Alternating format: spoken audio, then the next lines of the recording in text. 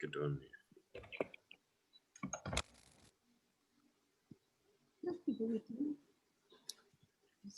Screen share and that's it.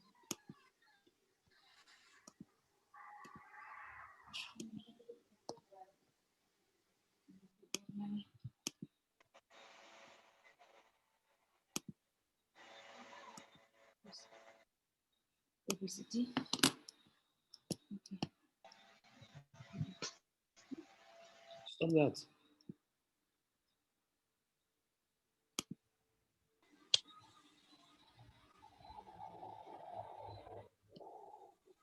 Everybody.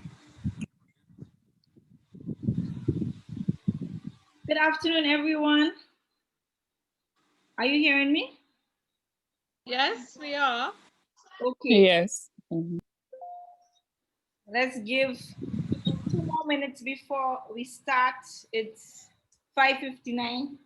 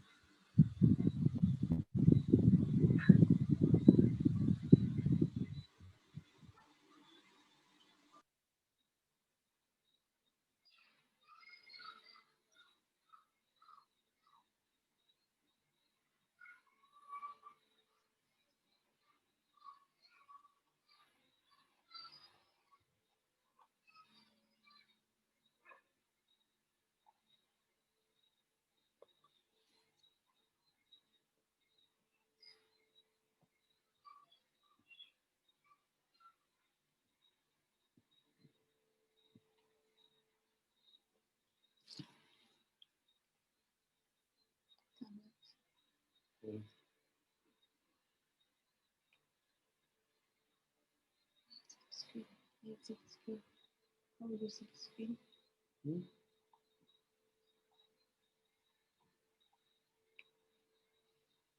See the screen. Facebook can see the screen. Zoom.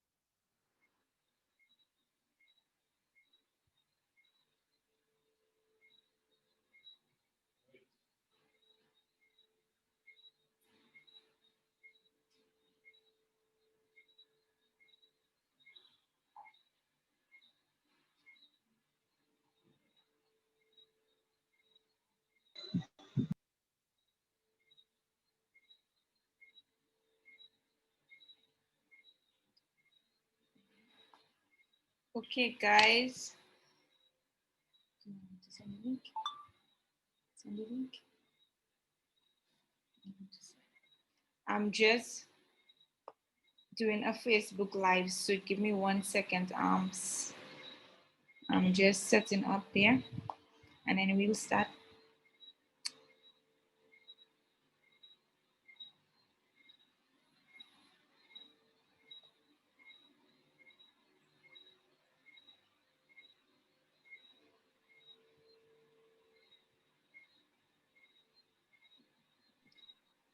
Thank you very much for tuning in this afternoon.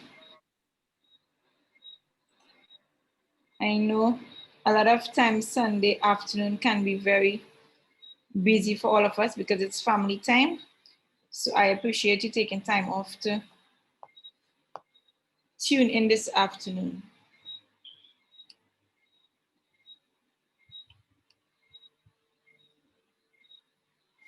Okay, so this afternoon we'll be speaking about obesity and breast cancer. And as we all know, October is the month for breast cancer awareness, hence the reason for the topic this afternoon. Before we get in to actually discussing the connection between breast cancer and obesity, I would like to tell you a little bit about DESTYNE FIT. So the meaning behind the name DESTYNE FIT is actually we are destined to be healthy and fit, right? So our clients learn how to change their lifestyle for a fit and a healthier version of themselves. We help them through their journey of the optimum health through our fitness challenges. So our DESTYNE FIT team, we actually coach our clients one-on-one on how to upgrade their lifestyle for a better, healthier body and mind. So this afternoon, our aim will be to be knowledgeable of breast cancer and its prevention lifestyle, objectives to be able to define breast cancer, to be able to state the risk factors of breast cancer, to be able to identify the mechanics and contributing factors for breast cancer, to be able to list the symptoms of breast cancer, and to be able to indicate the preventative method of breast cancer.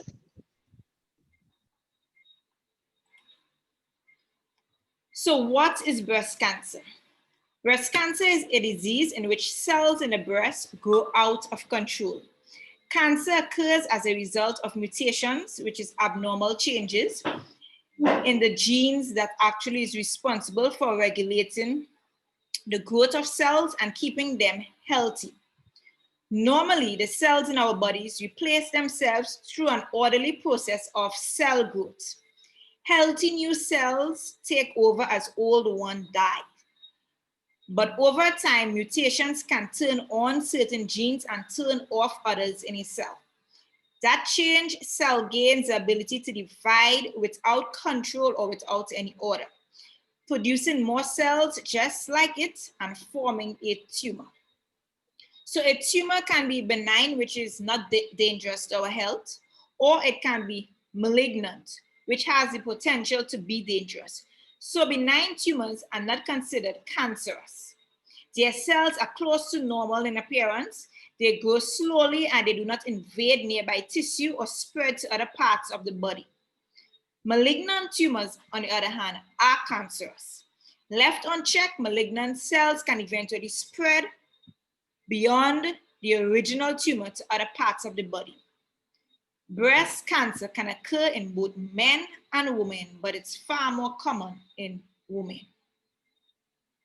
And you would see I have a photo of a man because a lot of times we feel that men cannot get breast cancer. So where does it start? Breast cancer can start from different parts of the breast. Most breast cancers begin in the ducts that carry milk to the nipple, which is ductal cancers. Some start in the glands that make breast milk, which is lobular cancers. A small number of cancers start in other tissues in the breast. So these cancers are called sarcomas and lymphomas and are not really thought of as breast cancer. Breast cancer can spread when the cancer cells get into the blood or the lymph system and are carried to other parts of the body. The lymph system is a network of lymph or lymphatic vessels found throughout the body that connect lymph nodes, which are small bean-shaped collections of immune system cells.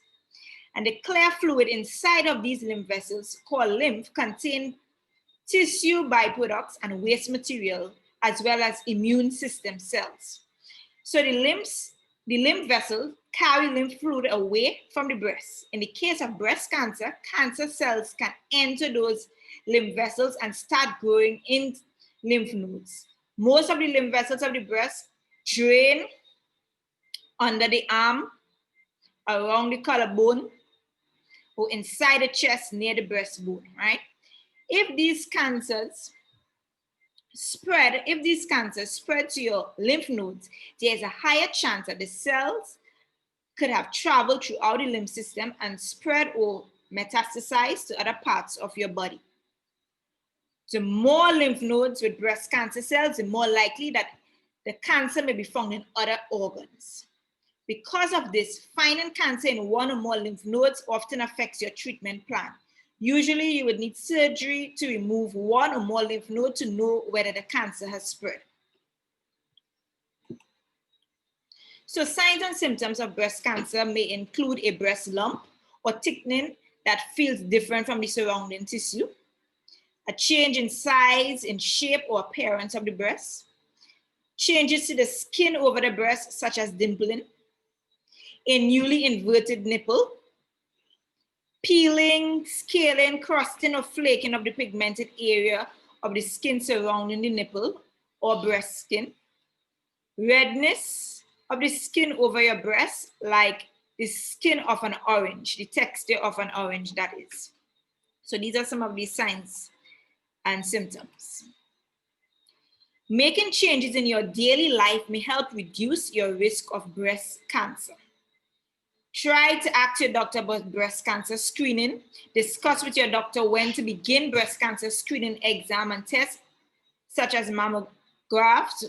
We become familiar with your breasts even before this. So this is the purpose of breast self-examination for breast awareness. Women may choose to become familiar with their breasts by occasionally inspecting their breasts during a breast self-examination. If there's a new change, if they observe lumps or other unusual signs in your breast, it's best to talk to your doctor promptly. Breast awareness can't prevent breast cancer, but it may help you better understand the normal changes that your breasts undergo and identify any unusual signs and symptoms. And on your slide, you will see these are some of the ways that you can perform breast self-examination.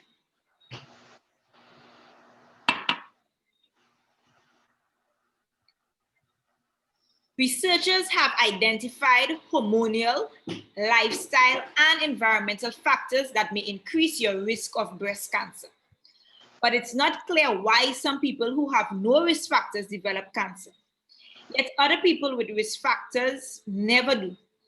It's likely that breast cancer is caused by a complex interaction of your genetic makeup and your environment. Inherited breast cancer. Doctors estimate that about 5 to 10% of breast cancers are linked to gene mutations. And this pass through generations of family. A number of inherited mutated genes that can increase the likelihood of breast cancer have also been identified, right?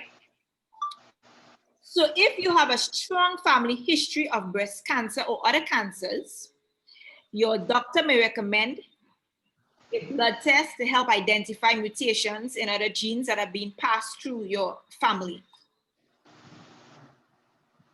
Consider asking your doctor for a referral also if you know you have a family history of breast cancer.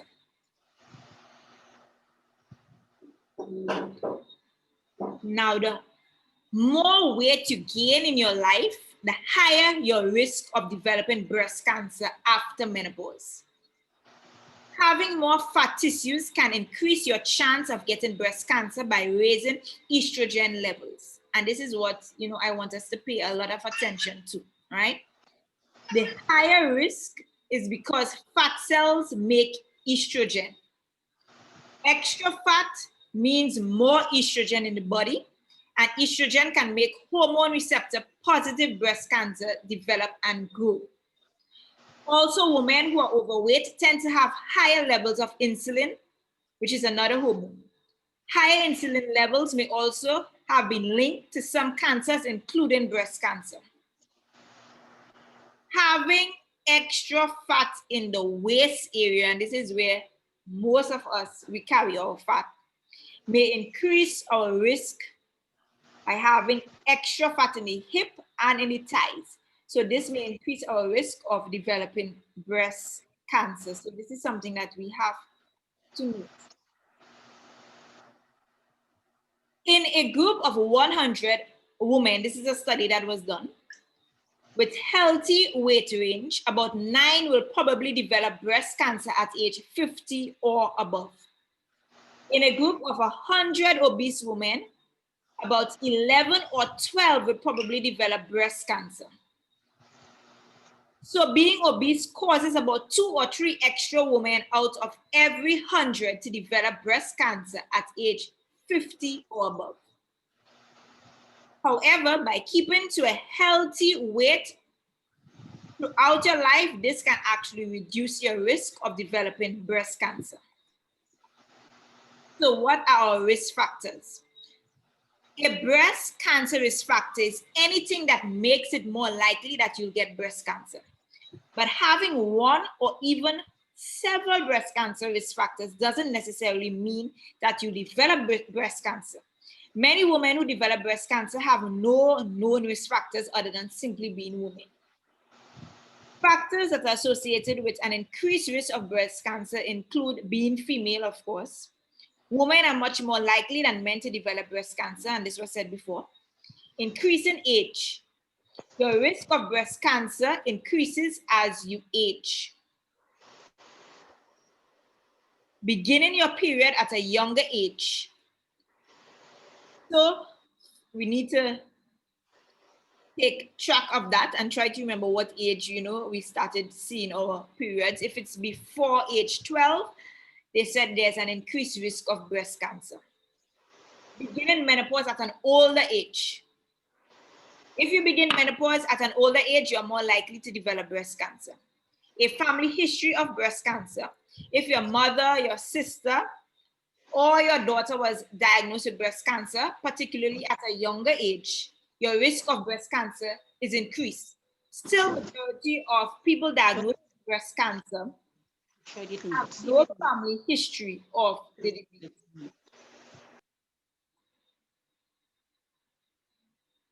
A personal history of breast cancer also. If you had breast cancer in one breast, you have an increased risk of developing cancer in the other breast. Inherited genes also that may increase your cancer risk. Okay, just give me 1 second. I think your screen, yeah, right. Now, one theory actually presented in the media that is taller people have more cells in their body which grow and divide with more potential to undergo cancerous changes. The higher food intake needed to maintain a larger body size may also play a part. So if you are tall, your risk is a bit higher for breast cancer, which is very, very interesting to note. Obesity.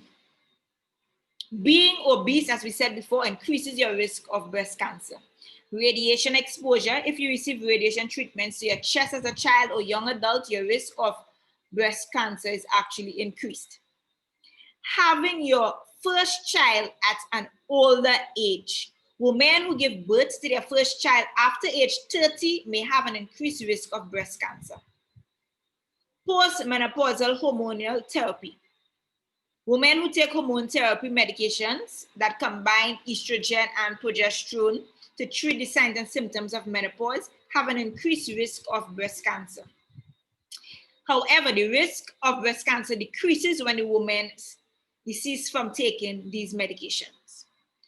Drinking alcohol increases the risk of breast cancer. How can we reduce this risk? We can reduce alcohol. We can have a healthy weight. We can be active. We can have kids at an earlier age if it's not too late for us. We can breastfeed if possible. We can eat well. Try not to stress. I know that is hard for a lot of us. Don't smoke. Avoid long-term use of hormone replacement therapy. So these are some of the things that we can do. Reduce your risk with exercise. How exercising lowers breast cancer risk is not fully understood. It's thought that physical activity regulates hormones, including the estrogen and the insulin, which we said before can fuel breast cancer growth. Regular exercise also helps women stay at a healthy weight, which also helps regulate hormones and your immune system. It keeps it healthier. Many studies have found that exercise is a breast healthy habit. So, women, let's not think about exercising only for weight loss, but let's think about it as a breast healthy habit. Exercise most days of the week. Aim for at least 30 minutes of exercise on most days of the week. If you haven't been active lately, you can start slow. The American Cancer Society recommends all adults engage in at least 150 minutes of moderate intensity exercise or 75 minutes of vigorous, healthy exercise, which is the intensity of the exercise each week, preferably spread out throughout the week.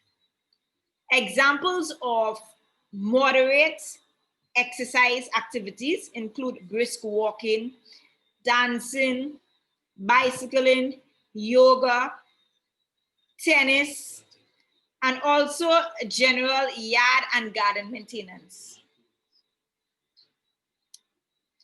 Example of the vigorous intensity includes jogging, running, fast bicycling, swimming, aerobic dance, basketball. All of these activities are in addition to those that are part of your usual routine at home and work. Things like walking from your car to the garage and climbing a flight of stairs. So a lot of times, if we have an elevator at work, we tend to use the elevator. So this is one of the things that we can start doing. If we have an elevator and work and hopefully we are not late, we can take the flight of stairs. So, and that will actually contribute to our exercise for that day. Another advantage to exercising is that when you're exercising, you aren't just sitting. Evidence is growing that sitting time, no matter how much exercise you get, when you aren't sitting, increases the likelihood of developing breast cancer and some other types of cancer, as well as obesity, as well as type 2 diabetes and heart disease. For many of us, working means sitting at a desk for long stretches, which is probably 6 to 8 hours. That makes it even more important to incorporate activity. I'm not sure who have their mic on, but can you mute? Sorry.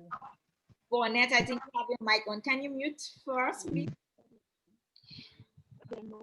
So it makes it more important to incorporate our.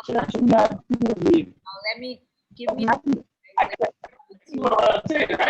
She can see me.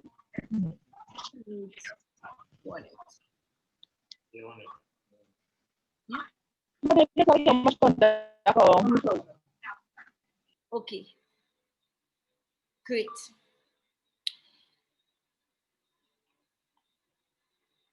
Right, so here are some ideas that we can do if we spend most of our time sitting at a desk.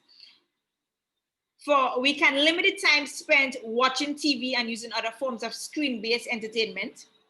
We can use a stationary bicycle or treadmill when you watch TV. And we can use stairs rather than elevator, and this is something I spoke about. If you can walk or bike to your destination. Exercise at lunch with your coworkers, family, or friends, and this is if you have that available at your workplace. You can take an exercise break at work to stretch or take a quick walk. Walk to visit coworkers instead of sending an email to them. Go dancing with your spouse or friends. I'm not sure how feasible that is now during this COVID season, but you can put some music and you can dance home alone. Plan active vacations rather than driving trips only. Wear a pedometer every day and increase your number of steps daily. And this is something, guys, you know, a lot of times we tend to set our watches for 10,000 steps. Research has shown once we get 4,000 steps in, we actually in the right range for exercise, right? So once we get 4,000 steps in, consider yourself that you have exercise. We can also join a sports team. I'm not sure how feasible is that for a lot of us, but we can go to the gym also. So for people who haven't exercised in a while, it makes sense to start slowly and build up gradually. And remember to clear all activities with your doctor before performing any strenuous activities. So what we can do to prevent breast cancer in terms of food. Drink alcohol in moderation. And I'm not sure how many times I will emphasize about alcohol. If at all we have to drink, limit the amount of alcohol you drink to no more than 1 drink a day if you choose to drink. Limit post-menopausal hormonal therapy because we said that this can increase your risk of breast cancer. Some women experience some bothersome signs and symptoms during menopause. And for these women, the increased risk of breast cancer may be acceptable in order to relieve the menopause signs and symptoms.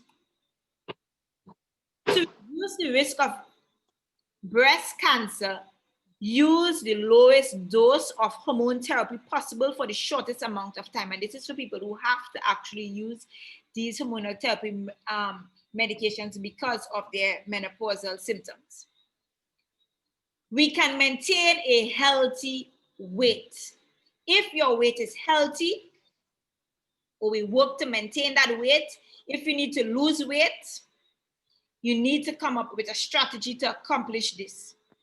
Reduce the number of calories you eat each day and slowly increase the amount of exercise. So guys, we need to pay attention now about our food packaging. When you go to the grocery store, make it a habit to look at how many calories is in there. We need to start looking at our packages. Choose a healthy diet. It is said that women who use extra virgin oil, mixed nuts, they have a reduced risk of breast cancer. Also, women who focus mostly on plant-based foods, fruits, vegetables, whole grains, legumes, nuts, who choose healthy fats such as olive oil over using butter, and fish instead of red meat. So these women are at a decreased risk of breast cancer. Now, how to eat healthy when you eat out at restaurants. And I think for me, this was an important slide to put in there, right? So enjoy a salad with fat-free or low-fat dressing before going out. So what they're actually telling you, before going to the restaurant, have something to eat at home, like a salad. What this actually does, it curbs your appetite and keeps you from overeating. Because a lot of times when we go out, we tend to overeat. Go with a plan. Look at the menus online before you go. A lot of restaurants, they have their menus online. Decide where and what you want before going. Because now a lot of restaurants now offer healthy menu options. Choose steamed, baked, or boiled vegetables rather than those in sauces or with cheese. Order meat or seafood that is steamed, broiled, roasted, or baked rather than pan-fried or deep-fried. Ask for sauces or dressings, or if it's butter or sour cream, ask them to put it on a side so you can actually control how much you use. as opposed to letting them put it on your meal. Or you can ask for dishes to be made without sauce or without cheese if that's possible. Avoid casseroles. They often have sugary or salty sauces and a lot of high-fat cheese. Again, avoid or limit alcohol. Alcoholic beverages have no nutrients. And after you have 1 or 2 alcoholic drinks, you may be more tempted to dive into the bread basket or order a plate of nachos or sample something from the dessert cart. Choose beverages without added sugar. A 12-ounce glass of regular soda pop has about 10 teaspoons of sugar per serving. So when we go ordering soda, soft drink, that's 10 teaspoons of sugar we actually use it, right? Water has 0. So order each item separately. You could use the a la carte menu.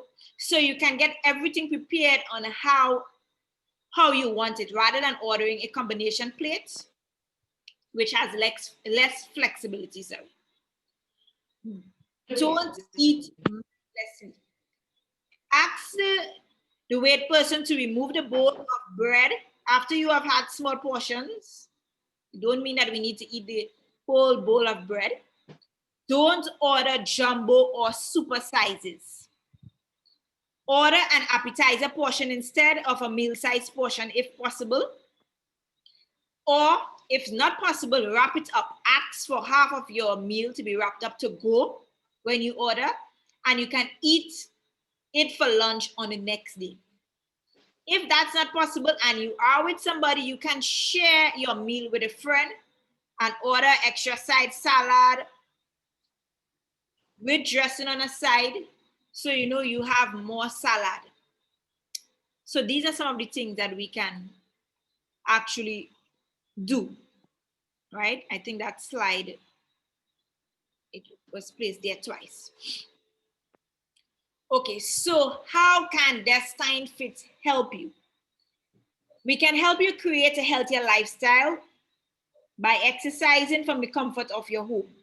So Pilates with a healthy diet, it equivalents to weight loss results.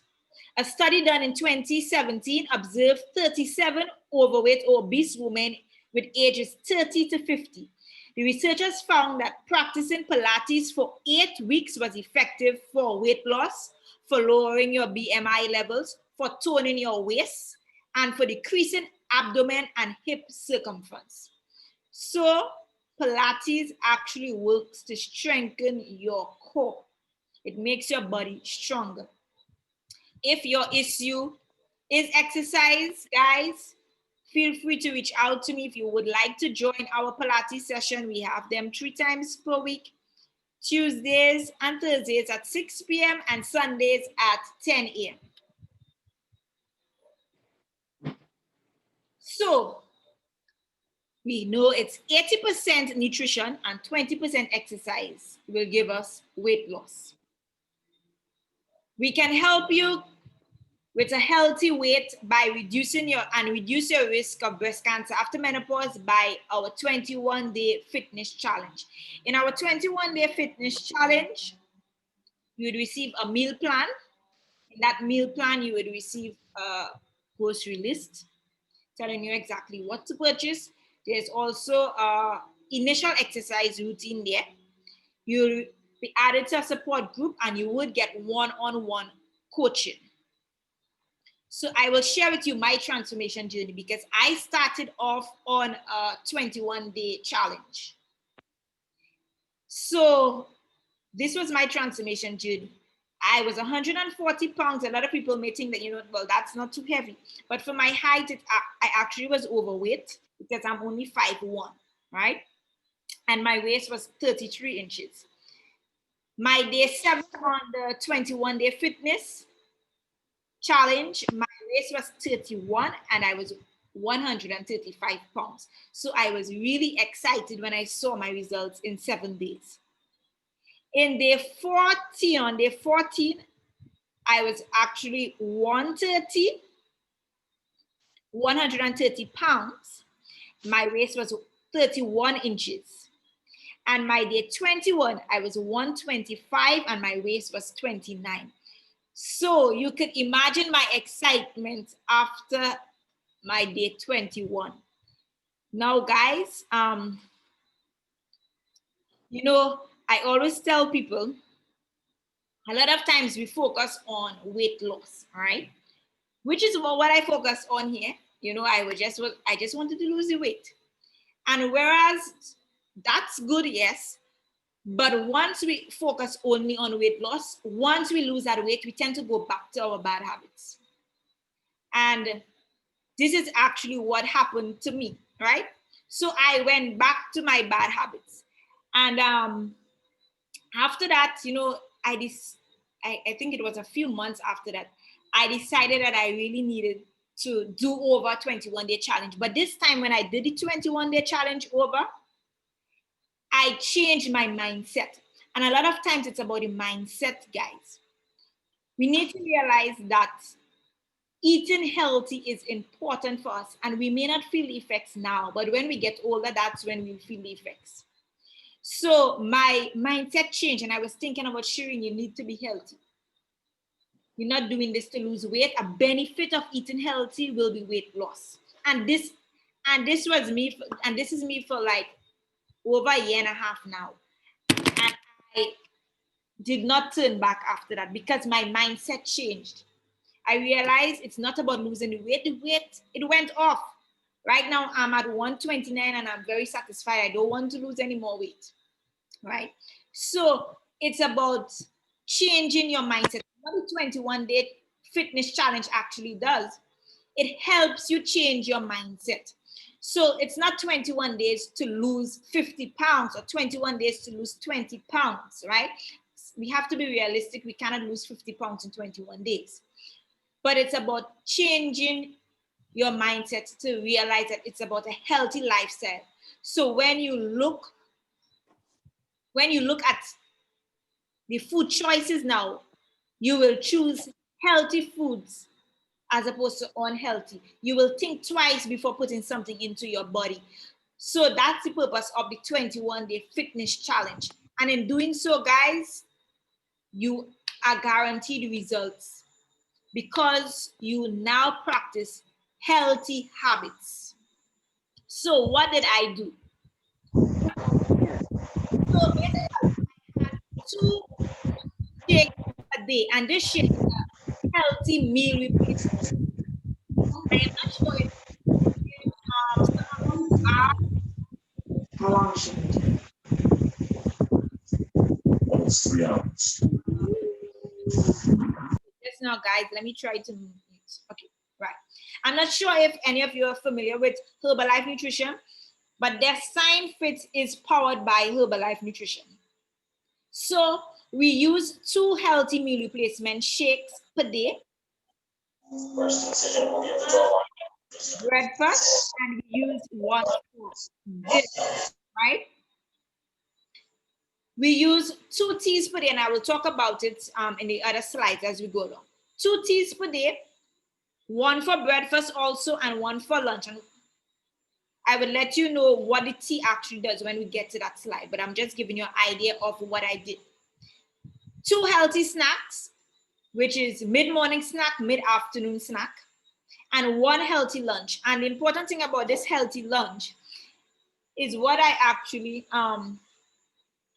did. I use a smaller plate. A lot of times the bigger plate we use, the more food we tend to pack in that plate. So for me now, I use a saucer or I use a small bowl. I go nothing further than that. In my plate, I try to keep in mind, visualize a plate. Half of that plate should be vegetables, a quarter should be starch, carbohydrates, and a quarter should be your protein. And this is actually what I do, right, for my healthy lunch. Okay, so I will show you the next slide now.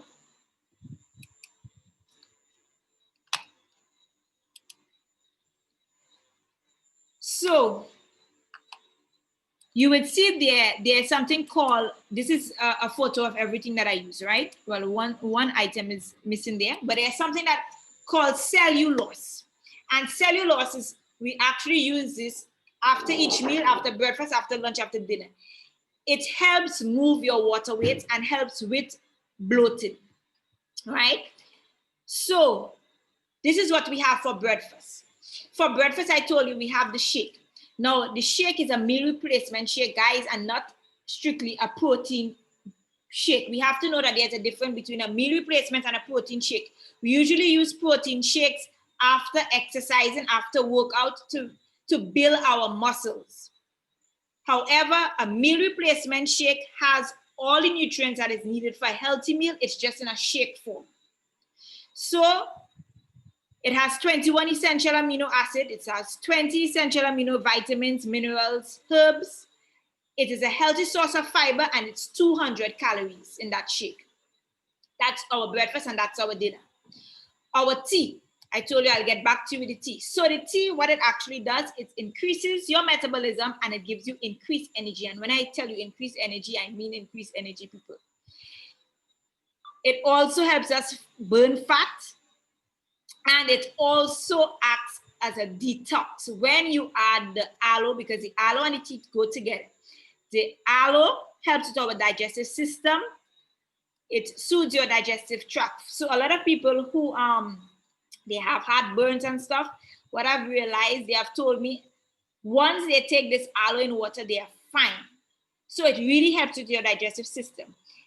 However, the benefit also, additional benefit of the aloe is it acts as a sweetener to your tea. So you don't have to use any sugar because there are different flavors in the aloe. There is mango, mandarin, and cranberry.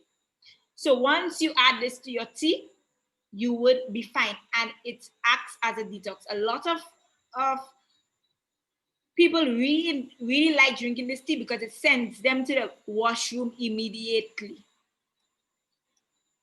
And this is how we make our shake. So how we make our shake, we use 8 to 10 ounces of cold water, 4 ice cubes, 1 scoop of protein drink mix, and 2 scoops of our Formula 1. Now the Formula 1 is the healthy drink mix. Remember I said it's not only, we are using a meal replacement shake as opposed to strictly protein, right?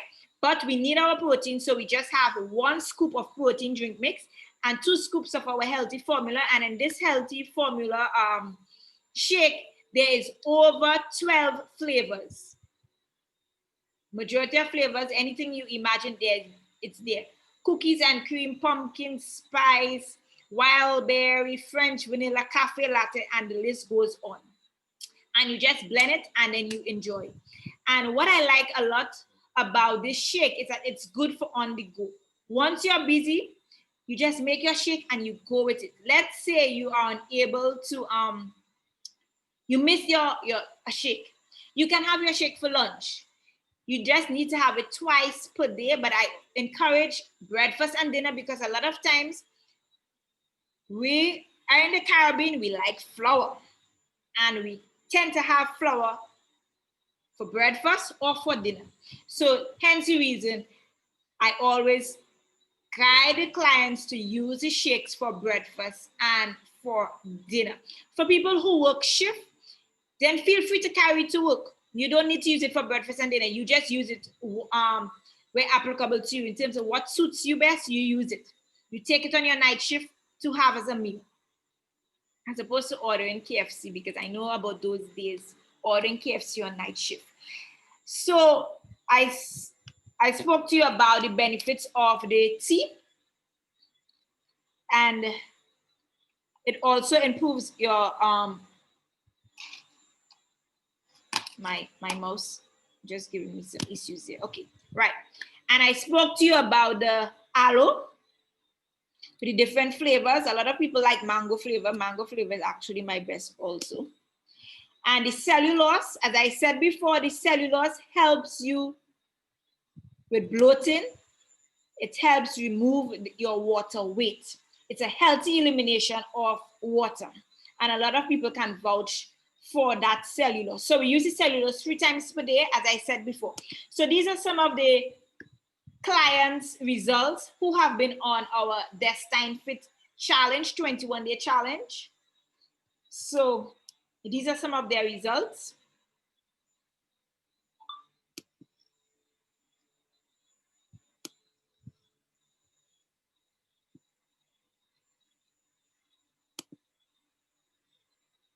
And people, I must say, you know, I don't want you to think about it as this is very, very easy. It's a breeze through. There are challenges because a lot of people, you know, you don't want to actually drink shake. You feel to eat. You know, you don't want to drink shake all the time. I know I have a client that always complains about drinking shakes. You know, they get tired of drinking shake. They want to eat food. But honestly, after you spend the first 21 days, you get used to it. You tend to get used to it, right? And when you remind yourself that instead of eating unhealthy, it's best I drink a shake. And especially if you want to go in your bed very soon, within the first 1 to 2 hours, you know, the shake will come in handy there, right? So these are some of the feedback from our fitness challenge. This is our support group. So I will give you a minute to browse through their review.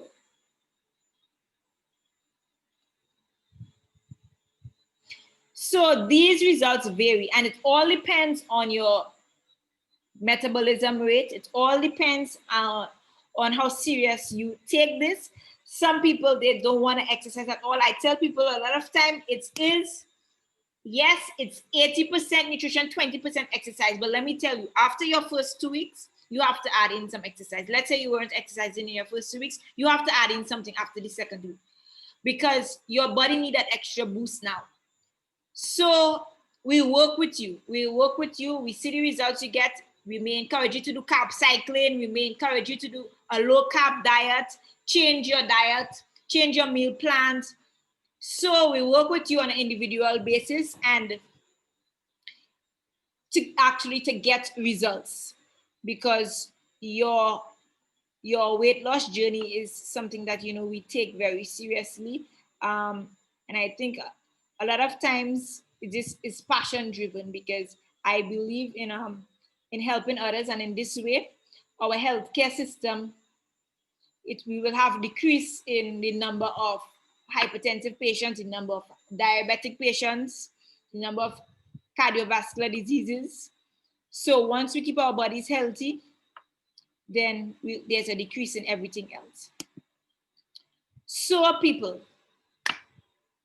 this is your opportunity now to unmute your mic to ask me any questions. Feel free to ask me any questions now, because you would see I have on that screen, lose 5 to 10 pounds in 14 days as opposed to 21, because it's true, guys. You see results, and you would realize on if you were reading the reviews, one of the reviews, someone lost 7 pounds in 1 week, which is 7 days.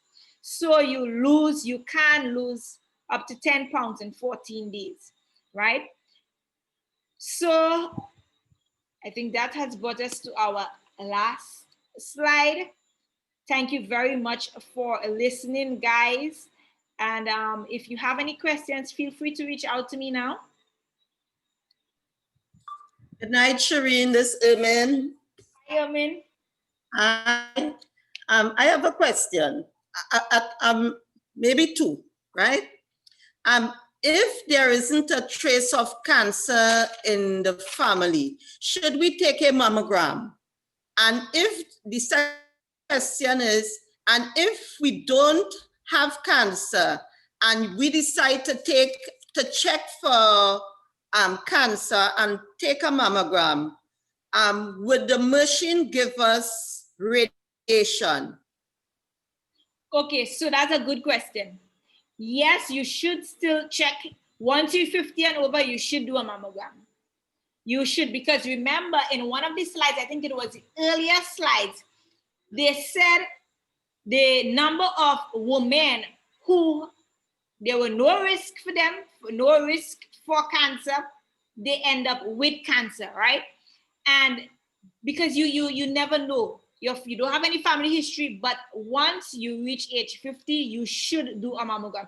And in terms of the second question, with the amount of radiation, one mammogram test will not give you the amount of radiation that you need to get cancer. One of the risk factors, as I said before, you said it was about radiation, but this is radiation treatments. You keep going back. But this is one, no, it will not affect. So I advise that you still go and get your mammogram and you still do your self breast examination test. And how often should we take a mammogram? Every year or every 2 years? No, normally the doctor will inform you, but they don't do it yearly. I think it's it should range from about 2 going up, depending. They will let you know. Okay.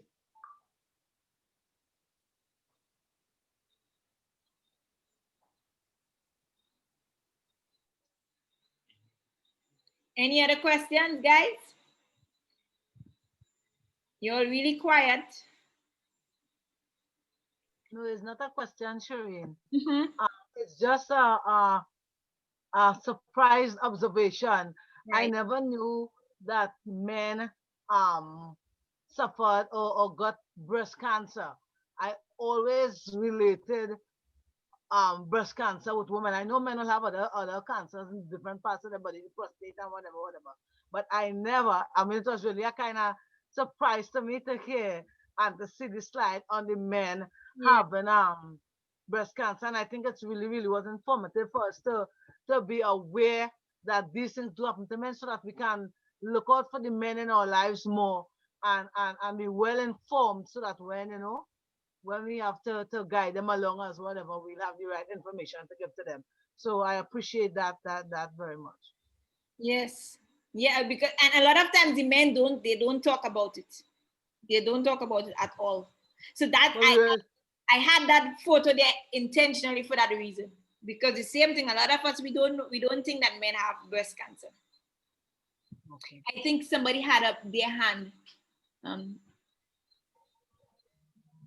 not sure now who it was. If you had up your hand, somebody raise your hand, you can ask your question or make your comment. Okay, hello, good night. Hi. My name is Latoya. Hi, Latoya. I just want to ask you a question on how you can make a shake at home using the regular fruit to include all the amino acids. So you mean you're making a smoothie? The smoothie, yes, or shake, something nutritious. Yeah, they call it smoothies. So you can make your own smoothie. However, it is advisable that you add in protein to that, because you need the protein, right? If you're doing smoothie, a lot of times we can use kale for smoothies. We can use the apples for smoothies. We can use bananas for smoothies, strawberries, these fruits, all your fruits.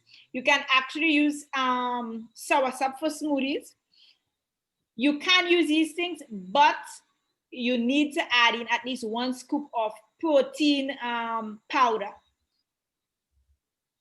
So these will be considered smoothies as opposed to meal replacement. So you can have a smoothie and have it as a snack, but you wouldn't want to have a smoothie as your meal. Okay. Yeah. So let's say you're on the go and you'd be hungry. You just had a quick bite and you would be hungry. You can take a smoothie to have as a snack. Okay, thank you. Another question, Shireen. Yes. Is it recommended that, seeing that you just spoke about smoothie day, is it recommended that we put a lot of different fruits? If we put in just the protein to whatever fruit we are using, should we use 3 or 4 different type of fruits and then add the smoothie, the shake, the protein, It's mixing fruits is something a bit technical. There are certain foods that we should not mix. We should not mix pineapple with other fruits. We should not mix watermelon. We should not mix pawpaw. So if you're having a pawpaw smoothie, you have pawpaw smoothie, right? Your pawpaw smoothie and your protein. Or you're having pineapple and your protein. All the berries, you can mix all the berries. You can add in banana with the berries, or banana, if you're doing a banana smoothie, you can add in kale and apple there. But you just be mindful when it comes to pineapple and pawpaw and watermelon and this stuff. You want to do those things separately. I laugh in here, but usually, sometime when I do my smoothie, usually I buy my pineapple, my pawpaw, my whatever I buy, down to banana, and I freeze it. Because if I leave it out, it will be eaten. So I freeze everything. And sometimes I catch myself putting in a piece of pineapple and a piece of pawpaw together with my with quick oats and chia seed and flax seed and all these sorts of things. Well, I'm now learning because I thought was just the watermelon, but usually I really put the pineapple and a little piece of pawpaw together. So just use your pineapple now. You can put your seeds though, and your oats. Yeah.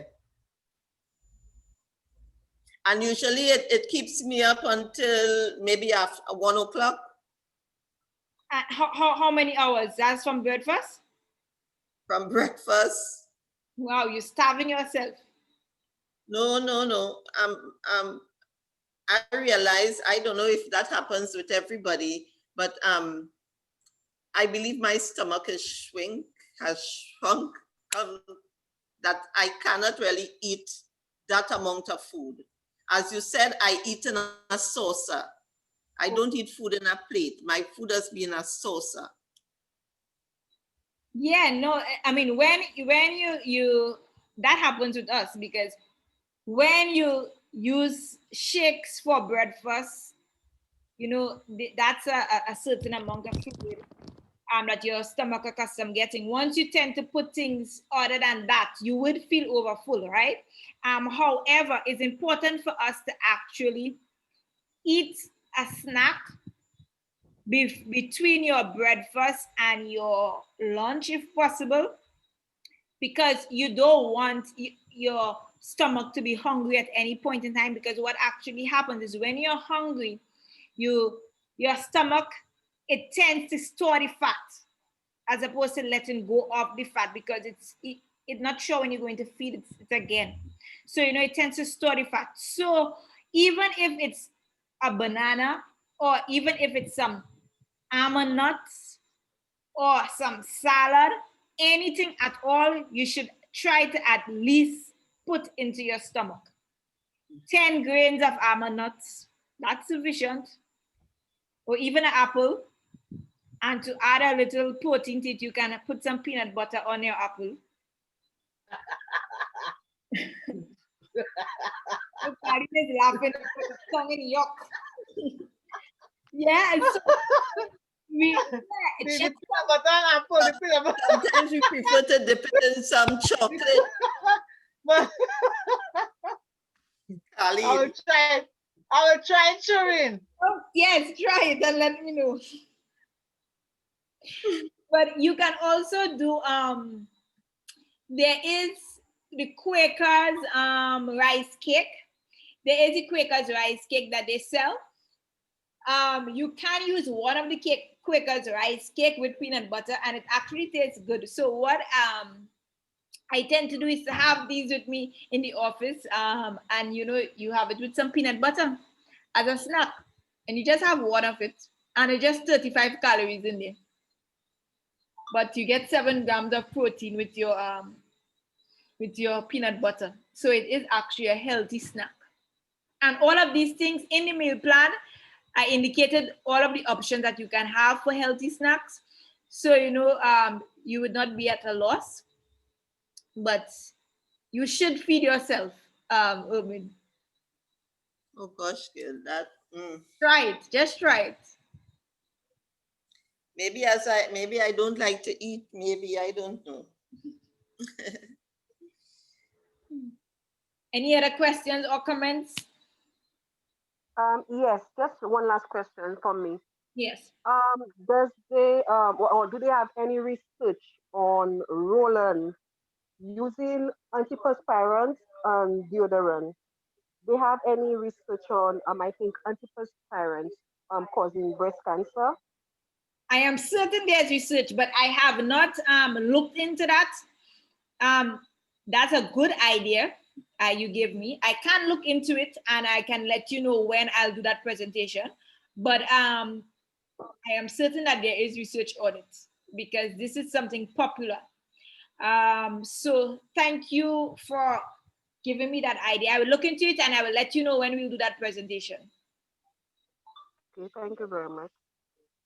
And I will put my number in the chat so you all can contact me with any questions, or feel free to reach out to me if you are interested in joining our challenge, in our October challenge. Okay, so I just inserted my phone number. I'm trying to see if I'm going through our attendance to see if we have any of our clients on who would want to share their experience with us, but I'm not sure. Christine, would you like to tell them anything? Or who else I'm seeing there? Or Shireen? Well, Shireen will tell me. She will want to speak. Anybody, guys? Or if not, that's fine. If you're shy. Shireen, hello. Hi. Hi, Shireen. Hello. Yes, good night, everybody. I could give a little shots of my experience so far with the shakes, and so it's been very different for me coming on board with the program. But I must say it's been very rewarding. I'm seeing the weight surely but slowly going down. I have to incorporate my 20% of my exercise now, which I started to do more recently. And I actually, this morning, I saw as if an inch went down again. So I didn't say nothing yet. I just monitoring to see. But the shakes has been an excellent change for me. I find on the go, you're rushing out of the house in the morning with 2 children to drop to school, and I have the shakes just, ready. And so no going to toast bread or going to look for all sorts of stuff. I find it's very convenient. And even the shakes at dinner time now, you find yourself like your stomach full, like you're eating all kind of odd hours and so on. Like, you just have a shake and then an hour or two, and then you get ready for bed. So the program has been very good. I don't have elaborate results at this point, but hopefully at one day you will have my picture showing as before and after. But I had a question in relation to the breast cancer, because I realized in the presentation a lot of the information was speaking to persons 50 and over, and I wondered whether the risk factors and the prevention and everything would be the same for somebody who is less than that age, because I know a lot of young people who actually suffer from cancer that have not reached the 50 at all yet. So would the information you gave in relation to preventative and risk factors and so on, is it still applicable to somebody who has not gotten to the age of menopause or the 50? Yes, surely.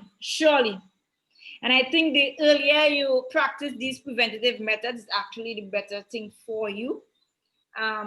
So I would advise of all people of all ages, women of all ages, men of all ages, practice preventative methods.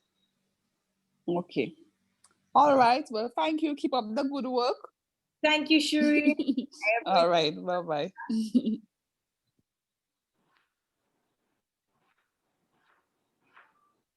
Any other questions or comments? Let me check to see if Facebook Live have any questions for us.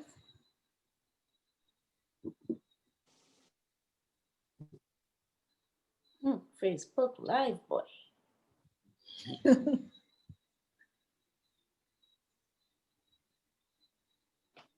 No. Okay, guys, so if you don't have any more questions or any comments, I thank you again for joining in this afternoon. Please feel free to reach out to me, and see you next week. Every Sunday at 6 p.m. I usually do a health fit here. I'm not sure what I'm doing next week. I'm thinking it's yo-yo dieting, but I'm not certain yet. But guys, I will keep you all informed by Wednesday for the latest, and see you next week Sunday. Guys, thank you again. Thank you for coming. Have a pleasant afternoon. I'm waiting for my book. I'm waiting for my book.